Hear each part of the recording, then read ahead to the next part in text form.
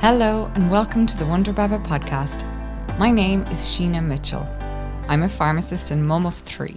I combine healthcare and practical advice to help you on your parenting journey.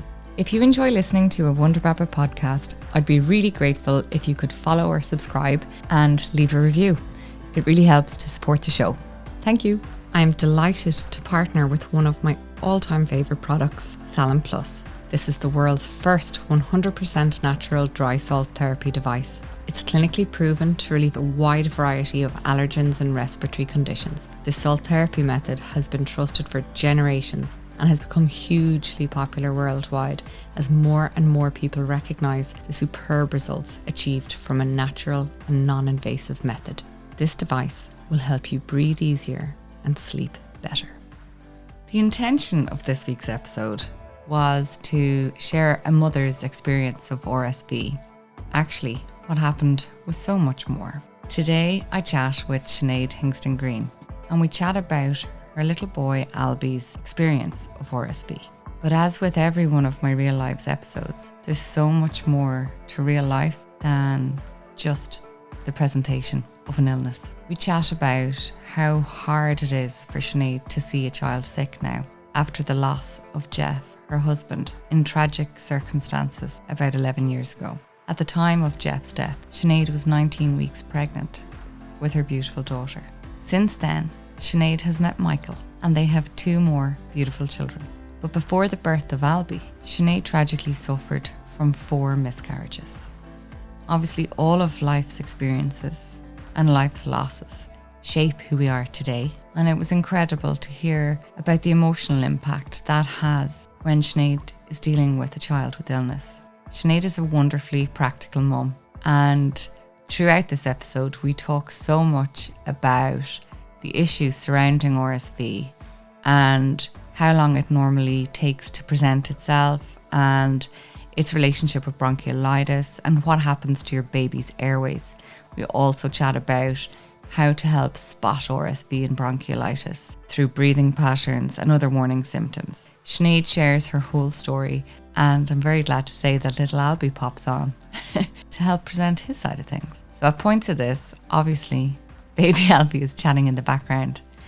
But I think if you're listening to my podcast, you're probably a parent, and you probably feel more at ease with 2 adults chatting over a giggly baby. I wish I had video because Alby is so adorable. He spent his time smiling and waving at me. And yeah, us mammies did what we do best and multitask. I really hope you enjoy getting to know Sinead and that you learn a lot as we discuss all relevant medical information about RSV and bronchiolitis. Thanks so much for joining me today, Sinead. Thank you for having me. It's great. I am delighted because I think we were speaking there just before we started recording about how important it is to talk about bronchiolitis, because it's one of those conditions that no one seems to have real awareness about. And I think it's a bit confusing because it's referenced to as RSV and bronchiolitis. So you have had a recent experience of bronchiolitis. Can you tell me a bit about it? Yes. My husband is South African. And just to give you a little bit of a backstory about me. So my first husband passed away 11 years ago now when I was pregnant with my first little girl. So Lily is 11 in December. So he died very suddenly. We were just on holidays in Portugal. We'd only just got married 7 months before. And we had gone to Portugal the following July, got married in December. And we were a week into the holiday and he died very, very suddenly. The day my parents and his dad were with us. And they were due to go home that day, and he died at 12 o'clock in the afternoon. We were out on a boat trip. So I won't get into it too much because obviously that's not what this podcast is about, but just to give you an idea of my background. It was a huge shock, obviously. And then a couple of years later, I met Michael. So we obviously got together and we went on to have Dylan, who is now 4.5. And then we decided we would go for number 3. And yeah, just kind of assumed that we would, do the deed, get pregnant and have a baby. But unfortunately, we actually had 4 back-to-back miscarriages. We were trying to have our 3rd little guy. But very luckily and blessed to have an Alby in our lives now. So he was born December last year. So the 13th of December, 2021. And he is just, he's divine. Anyway, he's a total dreamboat.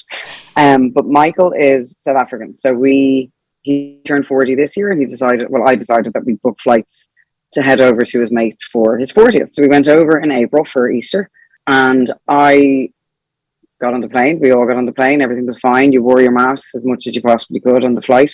Landed in South Africa, and we were staying with friends of his, and their little son wasn't overly sick, but he wasn't overly well either. He had a bit of a cold. I didn't think anything of it. Like, genuinely just didn't think anything of it, because, you know, Alby's around Dylan and Lily all the time. So they all come home with colds all the time. So we went away for Michael's birthday weekend. So we landed on the Wednesday, and we went away that Friday then for the long weekend. And we were away Friday, Saturday, Sunday, Monday. And by the Sunday, Alby was starting to get a little tiny bit of a cough, you know, bit of a runny nose, nothing too worrying, just a normal cold. And the place that we stayed, it was beautifully sunny on the Friday. But on the Saturday, we woke up to like torrential downpours, and we were in kind of like it was almost like a cement kind of glamping place. Like, it was a camping style place. So it was very damp and very wet for the whole entire weekend. It just didn't let up. So then the Tuesday, we were due to go to a private game reserve. And we kind of waited then until the Wednesday to go, and we left very late. So it was dark when we were leaving, and Alby had gotten worse over the couple of days before that. But again, you know, a couple of his friends are doctors, and they said, look, just keep an eye on him. They had actually given him stuff to give him in a nebulizer. They're pediatric doctors, so they knew what they were doing and knew what they were prescribing to him, and I was happy enough to trust them to do that. So I'd given him the nebs to kind of, I suppose, ease it a little bit for him, because his cough was getting a bit worse. Anyway, we went to go to this private game reserve, and we ended up hitting a pothole on the way and getting a double blowout in the car we were driving. Stop. Oh God, it was horrific. Absolutely horrific. Pitch dark, South Africa, like a really dark side road off the motorway. Like, I was petrified. Alby screaming his head off, Dylan screaming his head off. We're on the side of the road. So long story short, his friend that we had been staying with ended up having to come and get us and bring us back to his house in Pretoria. So we're back in the house and got Alby to sleep, but he had gotten to the stage that he was really phlegmy.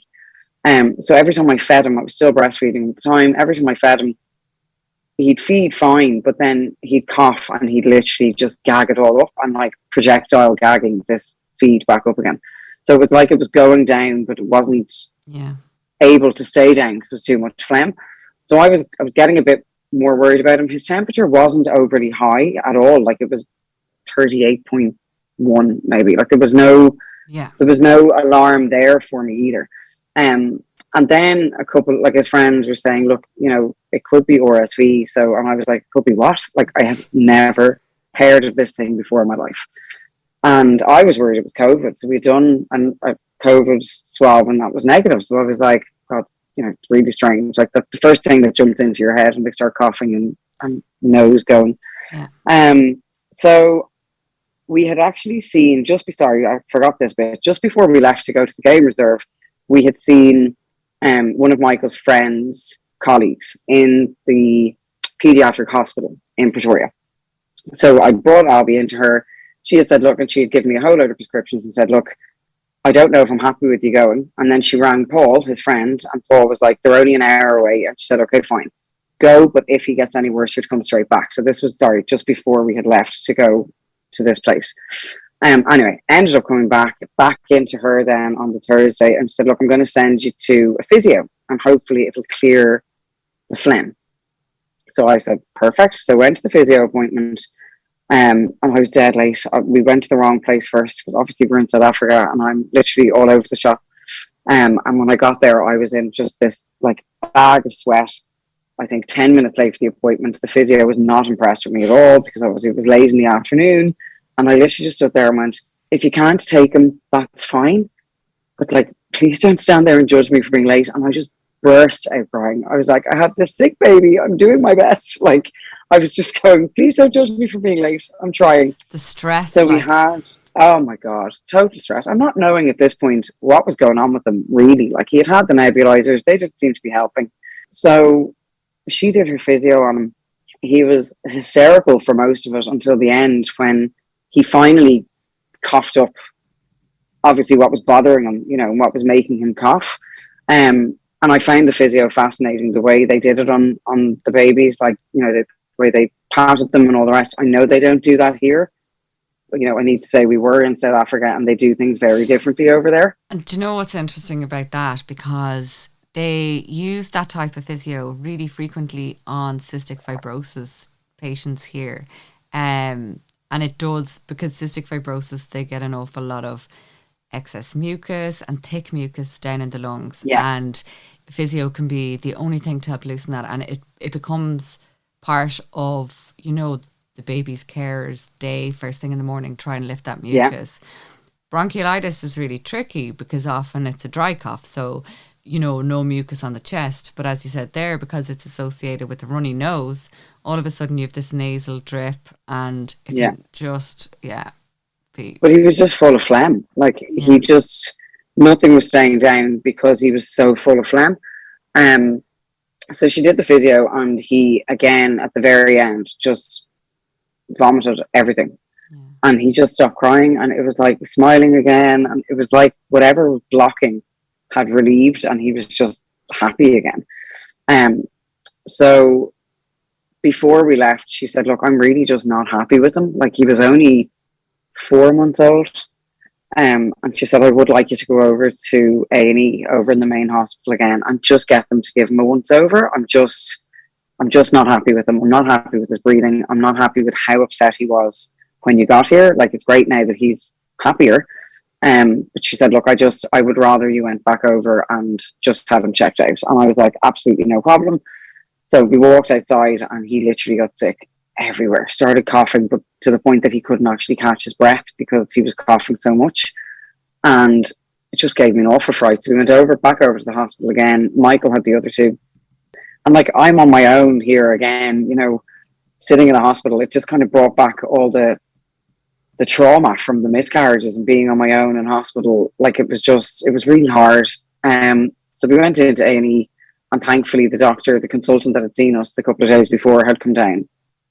Absolute earth angel. She checked him out and she said, no, like, you can't go home. Sorry. Like, his breathing is really distressed. And she said, see the way he's pulling in underneath his rib cage, like, he's not breathing normally. He's actually pulling in the ways. And, he was doing it really rapidly at that stage because he had such a coughing fit. He was just not in a great way.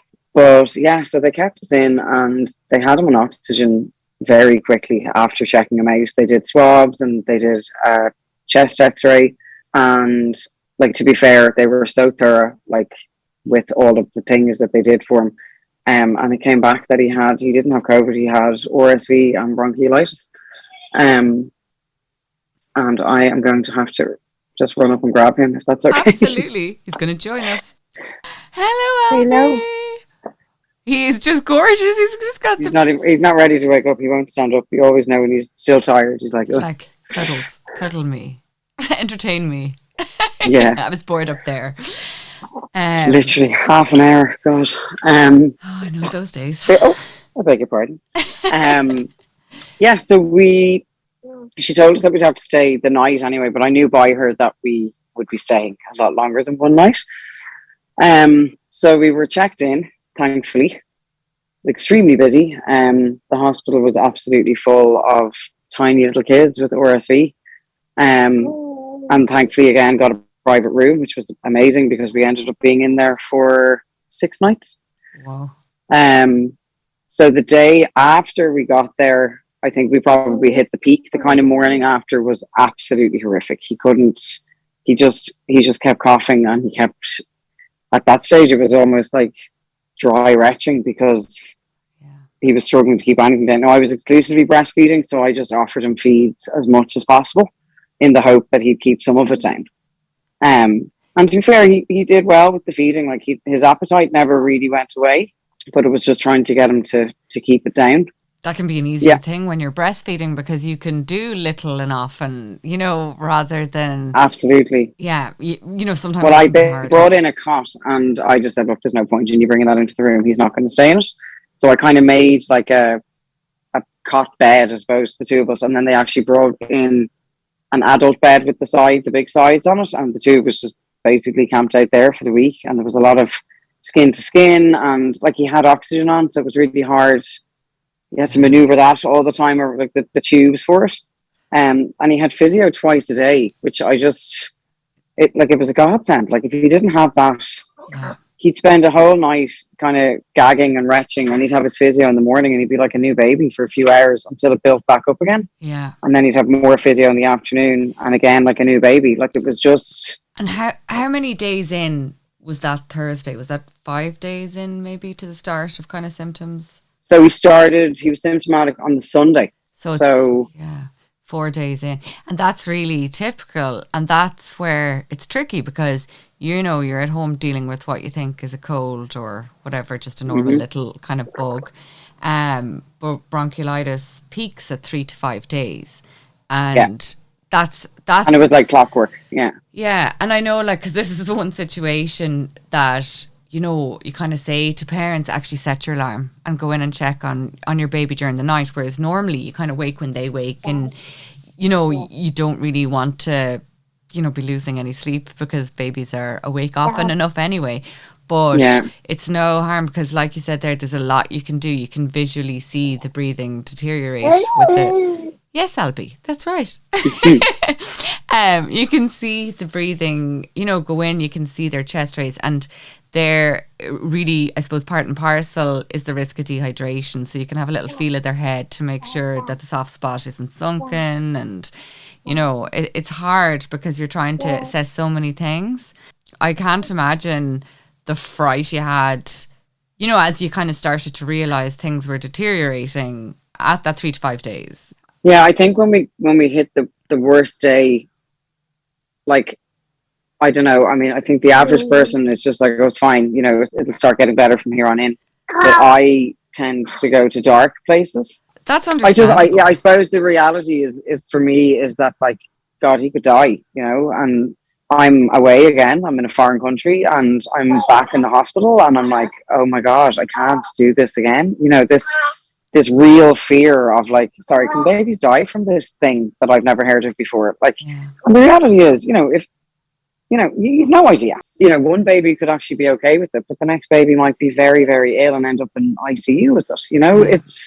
It's just one of those things that you just don't know how bad it's going to get before it starts to get better. And especially if people have babies that are kind of premature or have any other underlying respiratory conditions or any weak immune system. But this is kind of strange, but something that really struck me there when you were describing the story. I've heard you speak about Jeff, who passed away in Portugal before. I've heard you talk about that story, and you described the change in weather, and all of a sudden it was cold. Yeah, oh my God, it was bizarre. And it's just weird there that you say everything was lovely, and then, the weather changed. The weather. I'm like, it's very metaphorical. Like, it's just weird. It's one of those things that you're like, oh, connected. Like, not that obviously, something bad isn't going to happen every time the weather changes, because realistically we live in Ireland, that would be every day. But I can imagine for you, you're going, like your association, is just so negative. Yeah. Look, first time mammies especially, but actually even me now on my third child, like, if any of them are sick, you just get super frightened, regardless of your kind of grief history or, your experience of loss before. But in that scenario, and especially, after suffering the miscarriages, I imagine. And we had just had COVID in the February. So we'd actually been in Tala for the 7 days isolation period, really, in the February. And that was only a couple of months before that. And, like, he actually, both of us, I got COVID first, and then I obviously gave it to him, which just, makes you feel really wonderful about yourself. So he was only 8 weeks when he had COVID, so that's why they kept him in Tala for the week, because they just said he was under the 10 weeks. Yeah. And it was more precautionary than anything else. he was actually totally fine. Again, very low grade temperature, but that was it. Like nothing else happened to him. But I suppose I was worried that because he had just had COVID in February, that he wasn't going to be able to fight this. Yeah. Because it was so soon after in my head. But I can't even describe. I know they say that babies bounce back.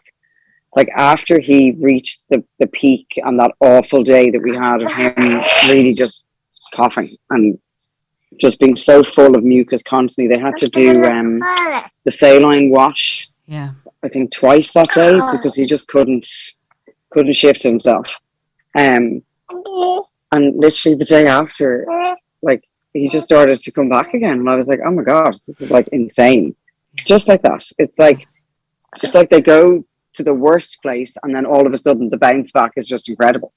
If only we could bounce back as quick.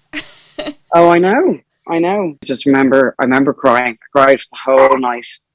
I just remember thinking, like, I thought I was going home. Like they were all in the kingdom, like Michael and Lily and Dylan. With Michael's parents waving away. Waving at me.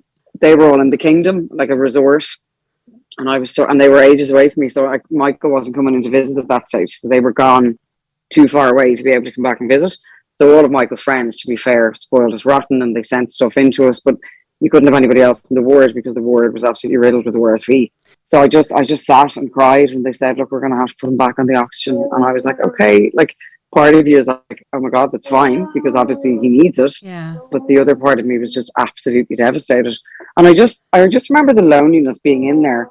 Like you got this worry about your baby, but at the same time, you know, you're there by yourself. You know, it's a really lonely time for parents. Like a lot of the time parents have other children at home, so their husbands or their wives, whoever's in there, is at home with the other kids, and you're taking on the load of the worry almost, because the other parent is kind of living life with the other kids, you know. But then sometimes you feel sorry for the person at home because they feel so out of control. Well, there's the other side of it. Yeah. You've got all of this to think about and worry about on top of a sick baby. But yeah, I find like I take great comfort in Instagram in times like that. Like people with similar experiences that kind of say to you, look, you know, you're going to be fine. He's going to reach a really bad peak, and it's going to be a horrible day. But after that, he's going to start getting better. And you know, just listening to people who actually have been there, and all that's through kind of, I suppose, sharing your experiences on Instagram, which I have always taken great comfort in.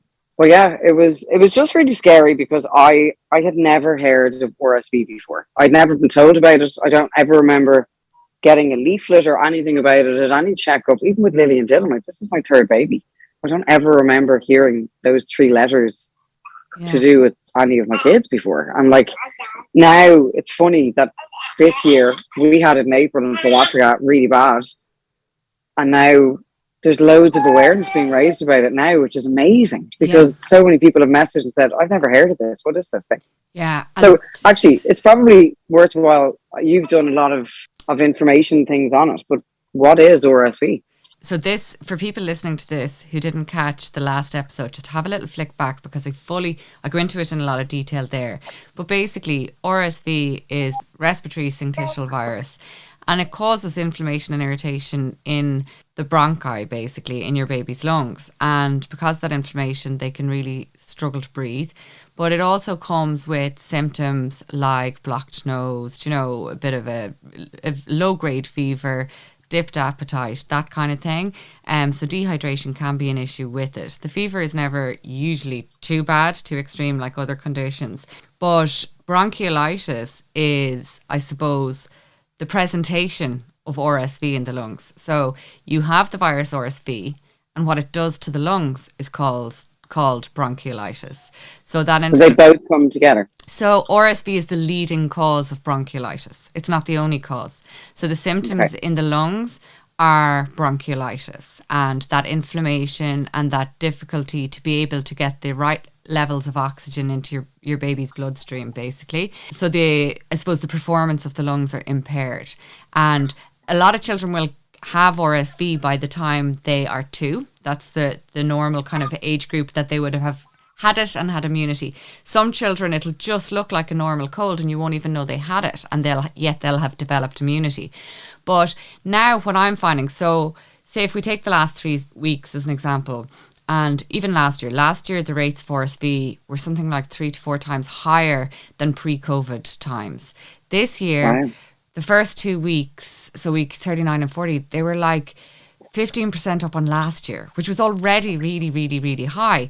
And it's predominantly affecting the 0 to 4 age group and causing, difficulty in that age group. And you do have to wonder, did lockdown maybe prevent, children coming across RSV before? Yeah. So they didn't have it before. So now we're having maybe double the amount of sick babies that we normally would. Of that, there's going to be some who need hospital attention. So on top of COVID, on top of flu, which is also kind of rumbling away gently in the background, it's not too bad now. The levels are still low, but it did start to circulate earlier this year than other years. So with all of that combined, you've got a lot of increase in hospitalizations and pressure on the children's hospitals. And it's just a delicate winter, I think, this year. The only thing I'd say that gave me a bit of hope about the RSV was the 2 previous weeks were up significantly for RSV. But this week just gone, so kind of the middle of October week, it wasn't as high. So it was high, but it wasn't as high. So I wonder, did it just arrive earlier? So unfortunately... Okay. Do you think it's because it's so mild still? Like it's a very seasonal virus, this one. It's like flu. It comes at this time of year, and even there are loads of other viruses, like, when your child is cold, it's likely they have rhinovirus or an enterovirus. Like these are viruses that are normal, absolutely okay that they're circulating this time of year. Normally children can cope with them well. You might just think they have a cold. The reason, obviously, things get a lot worse during the winter. Generally, this virus just starts circulating. People are indoors a lot more. Children are, I suppose... Get the windows open. Interacting. But then at the same time, if you have the windows open, you could be worsening conditions like asthma, if your child has asthma. So you can't win. And you can't win. This is the thing. Like, even there, you said... I gave him COVID. You're like, no, you didn't give him. I totally did give him COVID. You didn't. You didn't wrap it up in a bow and go, I know, here you go. This is a gift from me to you. Like, it happens, and that's normal, and that's not anybody's fault. Like, I can tell you now, he is going to give you a lot more than you have. Oh, I know. And that's just the nature of these bugs. They circulate around houses. My own child had a horrendous vomiting bug last weekend.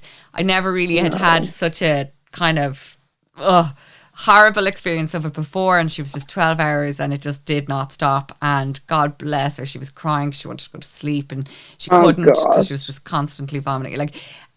You can't do anything about that. And when you're a mother, you're going to jump in bed with your child no matter what's coming out of them. You're just going to cuddle them literally and love them. And sometimes it'll spread all around the house, and sometimes, like, we were very lucky. I still don't know how I didn't catch it, but touch wood. Yeah.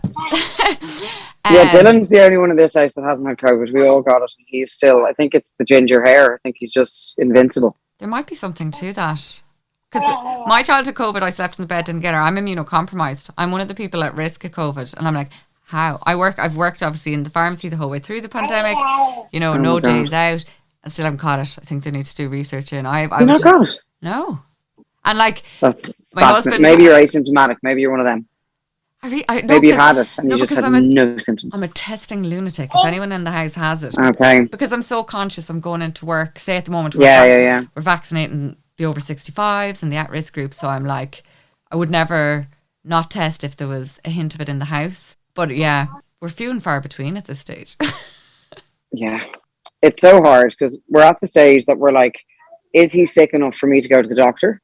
When I feel like with the RSV, I probably was 2 days past when I should have actually brought him to the hospital, if you get me. And I wonder, would he have gotten as bad as he did had we not gone to the private game reserve, and had we gone to the hospital that day?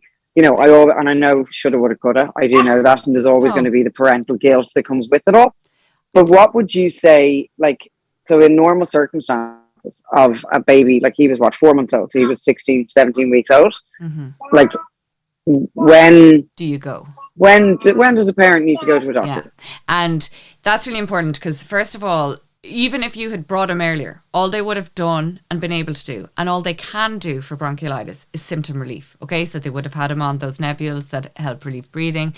You know, they would have ensured he'd fluids for, you know, to make sure he didn't get dehydration and a bit of energy if he wasn't feeding. But it is a virus. They can't give magic antibiotics because antibiotics will not work for the virus. So what's really important here is that your child may well just be able to manage it at home. And, you know, ultimately, it's that fine line. You obviously don't want to clog up the hospital system unnecessarily at a time of pressure. This is it, yeah. But at the same time, and more importantly, is that no one will ever, ever, ever give out to you for going into A&E because you're worried about your sick baby. And gut instinct is the leading, I think, you know, a leading thing. Gut instinct comes from, I suppose, being aware and considering all of the information as well. So any difficulty breathing, that's a key reason to go into hospital. Also, if they're taking less than 50% of their normal feeds, you know, over the last kind of 2 to 3 hours for a very young baby, that'd be the guidance that, you know, there's a risk of dehydration, and dehydration can actually be serious in very young babies.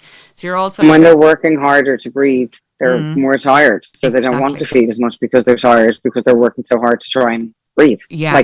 And that blocked nose that comes with bronchiolitis, the runny nose, babies when they're feeding are feeding obviously with their mouth, so they have to breathe through their nose.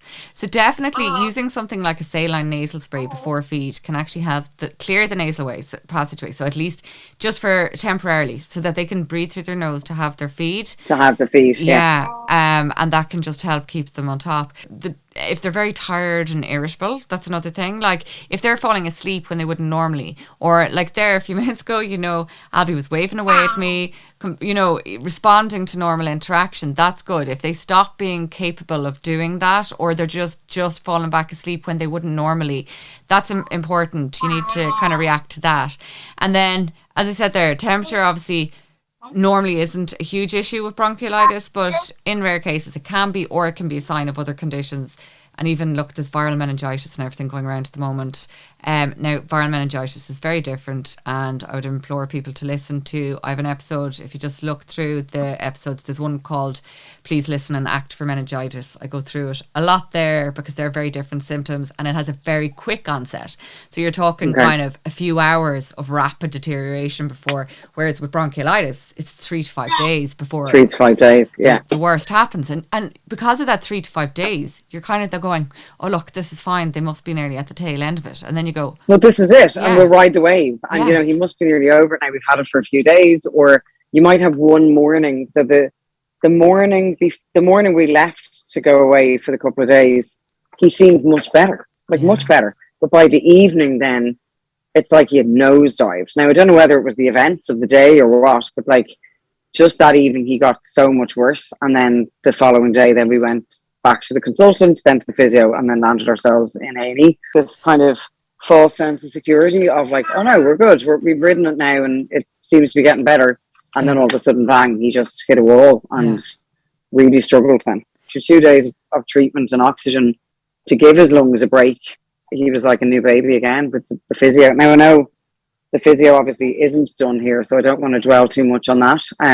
See a big part of Alby's treatment, but and there is a lot you can do to clear that mucus. So like in other ways, so you can, even on really young babies, you know, you can use saline nasal sprays kind of regularly, like before every feed and before bedtime. Sometimes people will use kind of a humidifier in the room, which helps to keep that mucus running and prevent it thickening out. So like we have one online, the Medisana one, and I like that one. It has a little disc in the side that you can add, like, do you know, the Snuffle Babe oil. All of that very good. Yeah, helps to kind of keep mucus running and stop it getting clogged, which can help with the breathing. But even things like, do you know, a lot of people are like, okay, I don't have humidifier and it's cost of living crisis. I don't want to be forking out on anything additional. Yeah. And you might, you know, until you are in the situation, you don't know you need it. So even putting a damp towel on a radiator if your heat is on, or warm bowl of water like under the radiator with a few drops of, you know, the Snuffle Babe oil, anything like this can really help to add a bit of humidity to dry, cold winter air. And what about bringing them into the bathroom and just fucking on the hot water and letting the room fill with steam? that is where you should be reading your last bedtime story or doing your last feed for younger babies. Absolutely. Like I always laugh because like if one child is sick, I'm like to the other ones, go in there now and have a bath for a while. Multitask. Let's make use of this Close steam. the door. Let's get you all better. Get it all steamy. And how long should they be in the steam for? That's what I did it to Dylan recently, and I was like, I actually have no idea how long I'm supposed to sit in here for. So like you're only going to get your bathroom, so steamy. Like it's not easy to create a full on, spa hotel steam environment. So I would say a good like 20 minutes. Like if you can, it depends now. Obviously, it's going to come down to practicalities. So however much of your bedtime routine that you can do, but definitely bring a cushion for the floor because I've been there before. And you're like, this is not comfortable. But that's where those plug-in humidifiers are good because they'll just run all night. Because steaming. And what about the Clever Mama one? We have that one upstairs. Is it a humidifier? I haven't seen that one now. Salt lamp, I think. Okay. But it shoots out steam at the top. Okay, so basically I normally recommend if you're using salt therapy to use the Salin Plus because salt and humidity, if you can imagine, they don't actually work well together. It's one or the other really because salt attracts water, okay? And salt is heavier when it attracts water. So if you have salt that you're trying to release into the room, it won't get into the bronchial airways unless it is tiny microcrystalline salt particles. Okay, they have to be able to float in the air. Okay, and if they're in a room that has high humidity, they're not small enough. They clump together. They're not able to free float enough into the respiratory airways. So there's two different products that I always talk about. One of them is the Salin Plus, and that's something that I use every night as a preventative thing because it's great at preventing congestion and inflammation in the airways in children who kind of are suffering from recurrent coughs and colds. But once you have a lot of nasal congestion, so some viruses hit and you're just full of snots in the house, basically that is when I would plug out my Salin Plus and literally go hide it in the hot press or something away from the humidity and plug in the Medisonic humidifier, let the steam build up overnight because the steam is better at getting rid of blocked noses. Because the particles are so tiny, so it gets right in there. So the steam is basically moisturising the airways. So what happens at night is the cold air and breathing through their nose, all of the mucus that's in their nasal passageways and then dripping down into their lungs becomes thicker and thicker. So by adding the steam, you're diluting it, keeping it thinner and thinner, and it can just run like it normally would down the back of the throat. Yeah. It is interesting, and people get very confused about the difference between those two products. And they're really not like salt and water shouldn't be together. They're not going to do anything if they're not apart, if you know what I mean. So I always describe it that salt, so like the Salin Plus, is preventative. So it helps to keep all the airways in really good condition. And for children with asthma, they have actually a natural, regular problem with thickening mucus. So they would use that all the time. Whereas with, other kids, it might be things like hay fever or whatever that triggers. So that's good. Yeah. That is good for that. But when it's a very thick mucusy kind of problem, and that only usually lasts for a week or so, you'd be kind of putting the Salin Plus away and digging out a humidifier. But equally the same with humidifier, like if you don't have access to a humidifier, like that's okay, like there's enough other things to be getting, and if it's few and far between that you have respiratory problems in the house, then literally damp towel on the radiator and, like you said, steam up the bathroom. All of those kind of natural tips are really useful. And hydration is key as well, because keeping hydrated helps to keep mucus from thickening out as well. So just trying to get with a baby, it's so hard. They just literally lock that jaw and they're like, not drinking that. Yeah, and like to be fair, when you're sick yourself, you've no appetite, you've mucus, and especially for babies, they're so reliant. Like we can sip on water and take a breath, sip on water and take a breath. Much harder for babies latching on, latching off. They get confused. Yeah. It's not their normal way of feeding. And it just adds stress. And then you don't know if they have a little sore throat or sore ears that are hurting when they're feeding. So it can be a bit of detective work, His ears were really, really, really, really, really bad as well. Actually, now that you mentioned ears. Yeah. What I found fascinating with it was the cough. For the amount of mucus and phlegm that he seemed to have, the cough, to me, should have been chestier, as in like, the wet cough, the proper chesty cough. Yeah. But it was like a little dry cough to begin with, like a little kind of, And but the amount of mucus that came with it, I was like, how is this cough so not normal, but you know what I mean, as in it wasn't a proper chesty, phlegmy cough. All kind of comes from the nose and postnasal drip. So often the mucus isn't even getting into the chest, okay? So it's going into their tummy and making them puke, or it's going down and they're coughing that up as it comes along. But the dry cough, like that irritated kind of wheezy sound, is coming from inflammation. So like in a regular bacterial chest infection, it would be the mucus stuck in the lungs that's causing that. Whereas with this, you can feel the crackle and you can feel the inflammation of the struggle of their breaths because of the inflammation in the airways. Do you know, it's different. I have a little sound bite of bronchiolitis cough in the last episode, so people can listen to that. Yeah, it's horrible, but helpful just because there's so many different kinds of coughs. Yeah. Well, that's it. And like the breathing thing again, like I would never have known. Like babies obviously go through all these different breathing patterns. And I remember when he was a newborn, I used to stare at him because obviously having 4 miscarriages in a row, it took me and still does take me a long time to actually accept that he is okay and that there's nothing wrong with him and that he is just perfect. Yeah. It's like a psychological thing. Like there has to be something wrong with him. Like I had 4 miscarriages before him, so he can't be okay. Like there has to be something. And I remember just staring at him, watching him breathe, and I was so fascinated by all of their different breathing patterns. Like they can breathe normally, they can breathe really fast. If they're, having a nice dream, it can be different again. And I remember in Tala, and it was only because I stared at him so much when he had COVID.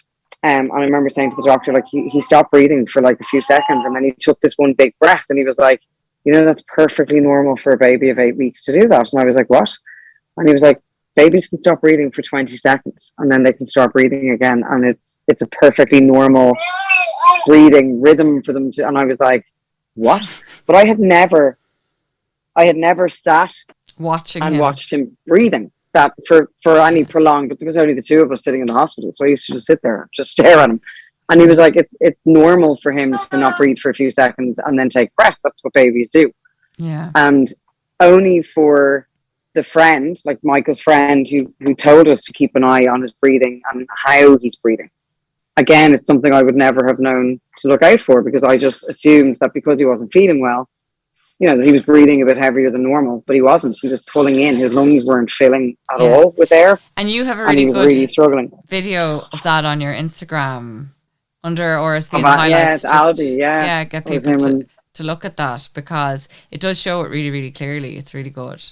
It's in a highlight now. Somebody asked me to save it, so I saved just popped it in a highlight. But it's just interesting to see where they're breathing from. So a normal baby's breath, am I right in saying their tummies should be going up and down? Yeah, and they shouldn't be pulling in, that much. It should be easy. There shouldn't be so much effort, and then the speed starts to come with it. And while like you're saying, their pauses in breath are kind of okay, but if there's regular struggle and they're not keeping a normal rhythm, that is another hospital scenario. But it's a minefield, and you have to remember that it's not like you need to identify things straight away. Like, look, with RSV, you're going to be judging it day by day, hour by hour, minute by minute. You're going to be in that situation, and you're only going to be able to do what your gut is telling you to do at that moment, and that'll change, 1 second to the next. I think being aware helps you to make better decisions. So I'm really grateful for you sharing your experience today, because it's just so important. I suppose parents know what to look for, and to hear Alby chatting in the background there.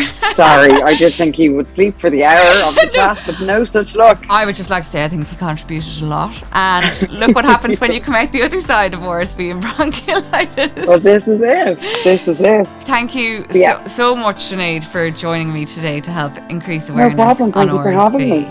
If you enjoy listening to a Wonder Baba podcast, I'd be really grateful if you could follow or subscribe and leave a review. It really helps to support the show. Thank you.